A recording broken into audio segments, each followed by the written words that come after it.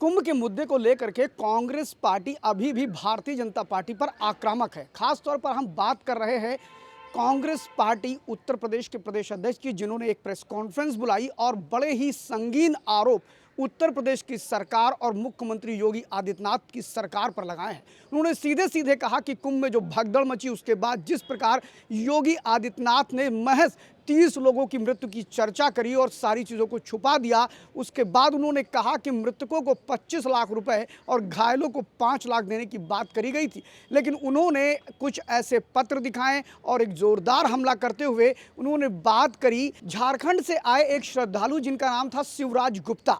उनकी उन्होंने चर्चा करी और कहा कि शिवराज गुप्ता जो कि मृत हैं और उनको लेकर के सरकार ने कोई ऐसी सूची जारी नहीं की है, उसके बावजूद वहां पर उत्तर प्रदेश की पुलिस जाती है और उन्हें 5 लाख रुपए देती है, जिसमें उनके बेटे शिवम गुप्ता पैसा लेने से मना कर देते हैं।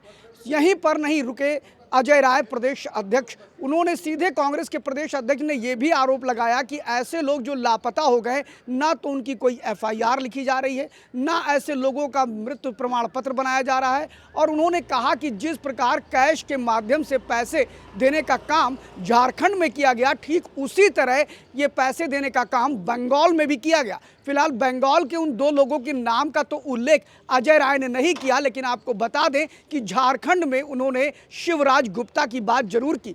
फिलहाल अजय राय ने एक और बड़ा प्रश्न चिन्ह खड़ा किया और कहा कि जिस तरह 5 लाख रुपए वहां पर शिवराज गुप्ता को देने की शुरुआत करी सरकार ने और उन्होंने वो फोटो भी दिखाए उस पुलिस ऑफिसर्स के, उन्होंने कहा कि जो वहां पर दिए गए पैसे 5 लाख दिए गए, वो एक तरह से इस दिए गए पैसे में भी घोटाला बताया। उन्होंने कहा सरकार ने 25 लाख रुपए की घोषणा करी और 5 लाख दिए। उन्होंने कहा कि आज तक मैं खुद विधायक और मंत्री रहा, मुझे पता है कि कोई भी सरकारी पैसा कैश नहीं दिया जाता है, लेकिन जिस प्रकार उत्तर प्रदेश की पुलिस झारखंड में जाती है और बंगाल में जा करके कुंभ में आने वाले ऐसे लोग जिनके माता पिता या जिनके स्वजनों का कोई पता नहीं है, उनको 5 लाख रुपए देना एक तरह से सरकार में कहीं ना कहीं दाल में कुछ काला है। उन्होंने तो ये कह दिया कि दाल ही पूरी काली है। फिलहाल आपको बताते चले कि अजय राय का ये आरोप कहीं ना कहीं बड़ा ही दमदार दिखाई पड़ता है। फिलहाल आपको बताते चले कि इस पूरे घटनाक्रम में अगर देखा जाए तो कांग्रेस पार्टी अभी भी कुंभ के मुद्दे को पूरी तरह से गरमाए रखना चाहती है। जहां पर अगर बात करेंगे तो कुंभ के मुद्दे पर अखिलेश यादव समाजवादी पार्टी के नेता भी लगातार योगी सरकार और मोदी सरकार से भी सदन के अंदर प्रश्न कर चुके हैं। कुंभ के मुद्दे पर अगर हम बजट सत्र की चर्चा की बात करें तो बजट सत्र में भी खूब हो हल्ला और हंगामा हुआ था, जिसमें केंद्र की मोदी सरकार ने कहा कि चूंकि ये जिस राज्य में मेला लगता है और लॉ एंड ऑर्डर वहाँ का मुद्दा होता है तो ये उसी सरकार से पूछिए।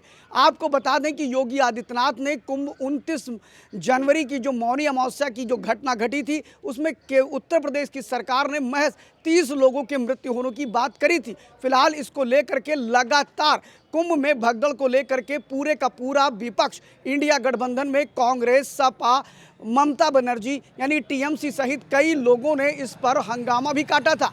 फिलहाल एक बार फिर नए सिरे से आरोप लगाने शुरू कर दिए कांग्रेस पार्टी ने और उन्होंने जिन तथ्यों के साथ आरोप लगाना शुरू किया है, हो सकता है कि उनके अलायंस समाजवादी पार्टी भी इसमें शामिल हो जाए। फिलहाल देखना यह है कि सरकार इसका क्या जवाब देती है और सरकार के पास इसका क्या जवाब होता है। देखते रहिए लाइव यूपी न्यूज़ 24। मैं शिव द्विवेदी, कैमरामैन जितेंद्र तिवारी के साथ। Thank you.